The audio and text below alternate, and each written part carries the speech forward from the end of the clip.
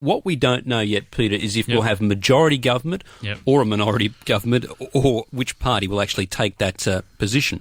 Now, if, for instance, Labor manages to secure government, that is going to trigger a major change in property policy when it comes to negative gearing. That's absolutely right. And what I want to do tonight is lay the groundwork for where the policy sits. Basically, we have the Liberal coalition government that came in and said no changes at all to negative gearing or property-related expenses, property-related taxation issues. The Labor Party, on the other hand, had a policy going into the election that said from 2017, from the 1st of July 2017, only brand new properties would be able to attain negative gearing. That doesn't mean every other property up until that point is no longer qualifies. So it's not retrospective? It's not retrospective. Right. It's only for new purchases. If you were to purchase a property in July next year, if it's an existing property and you're purchasing it, a new purchase, it won't be eligible for negative gearing. Everything else is.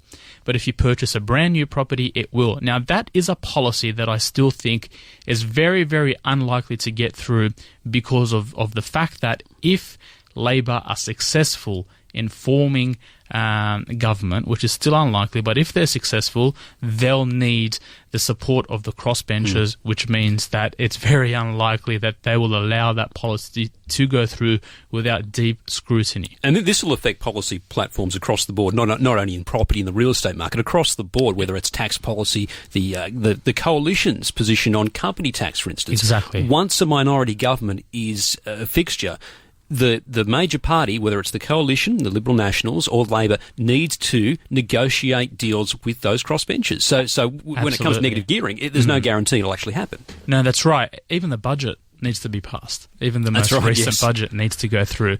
Property is very much a state issue. So a lot of the duties, the stamp duties, the legislation is state-based. And the states basically move irrespective of the federal government. But when it does come into broader taxation, negative gearing is the main play in property.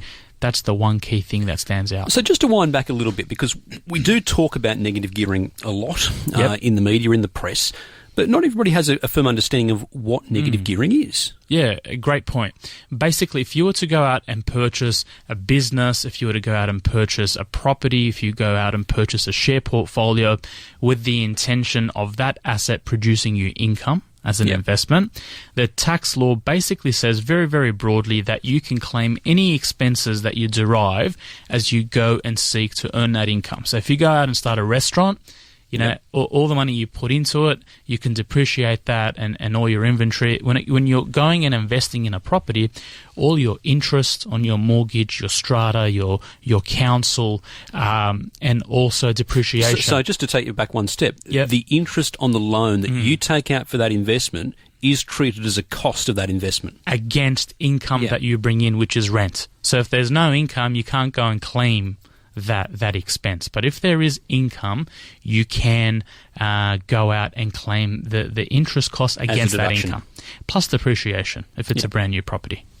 The Labor Party's one of their suggestions of why this was an important policy for them was to increase the amount of stock to encourage investment in new developments. Do you think that would be effective? I think there's a good argument. The problem is whenever the government comes in and makes changes to a large market, and when we're talking about property, we are talking about the largest asset market in the country. The total value of residential real estate in Australia is $6 trillion. That's 3 times larger than the total amount of money that's in superannuation, 4 times larger than the value of the stock market. So you have people that go out and put fancy models on this and say, oh, there'll only be this or that. Anytime you come with a huge policy to impact such a large market, there will be unintended consequences. I think the fact that we're having this conversation has created some uncertainty into the market. People are confused. They want to get to the bottom of it. They want to see what And I think there's good merit to Labor's argument, but I think it probably hasn't been articulated as clearly as it should be, given it's the largest market in the country. It's 6:15. If you'd like to ask Peter a question about your real estate issues, 13 13 32 is our number. Just moving away from that particular policy of negative gearing. In general, as you rightly pointed out there, markets do not like uncertainty. Now, we're going to go through at least a few days now of uncertainty caused by what occurred on Saturday night, the failure to actually deliver a result. Yep. Will that have an immediate effect on the real estate market in the next week or so? You know, it's very, very, very interesting you raise that point. And in 2016, we are in a very digital age where information is so readily available. So today, the stock market actually closed up by 35 points. The Australian dollar fell slightly in the morning, but it flattened off. So the market, in the stock market and the electronic market and the money market, is not panicking. And I think while there's some uncertainty in the real estate market, people who want to buy a house to live in or buy an investment because the value of their cash is just sitting there earning no interest, I think they'll look beyond. There will be always those that are uncertain, but those people are always sort of on the fence and they're unsure, and the election and the government is maybe an excuse. But are people going to is the economy going to shut down because of this? I don't think so. The stock market suggests it won't. The next few days are very important. Tomorrow is key. If it's civil and if we come out with a bit of an outcome, then I think, as we saw with the Brexit vote last week, there was the initial panic, everything was bedded down, people got over it. And we have been through this before. We went through this in 2010 when Julian Gillard, the then Labor leader, managed to do a deal with the crossbenchers, Tony Windsor and Rob Oakeshott, and form government. Looking beyond this week, so either the coalition or Labor, they do secure a minority government by doing a deal.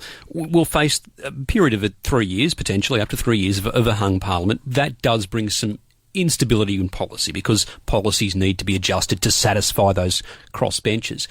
Over time, is that level of unpredictability, you might say, politically, would that have an impact on the markets? I think so, because nothing gets done. Things don't get done. Things that need to be happening aren't happening. And that weighs on the confidence of the economy. Look, let's put it in hindsight. We do not have the political problems that many other developed nations around the world have at the moment. Right? Many countries would wish they had this political situation that we have. But in order to push ahead and to really be the beacon of example in the region, there isn't the policy platform there. So I think we will suffer, and I think what will happen is the states need to pick up the slack. So New South Wales has. If you drive around New South Wales, you can see the huge amount of infrastructure that's going in and the initiative there. So I think the states need to pick up the slack, and the Reserve Bank will also recognise this and adjust their position accordingly.